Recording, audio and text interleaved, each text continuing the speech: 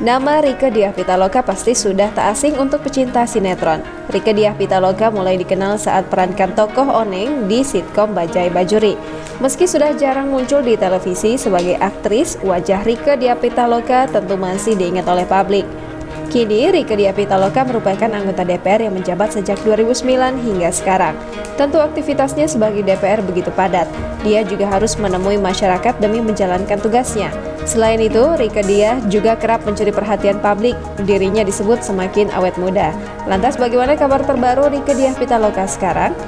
Karir Rieke Diah Pitaloka di dunia politik cukup mentereng. Tak hanya sukses di dunia hiburan tanah air saja, namun dirinya juga sukses menjadi DPR RI.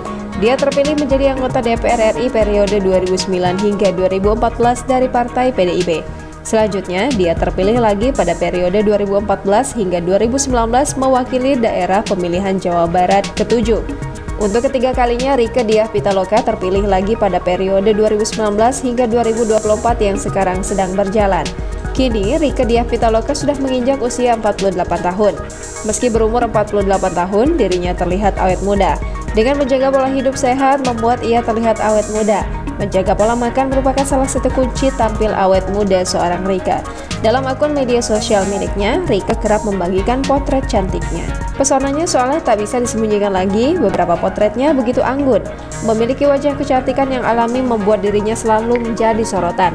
Rieke terbilang cukup aktif di akun Instagram pribadinya.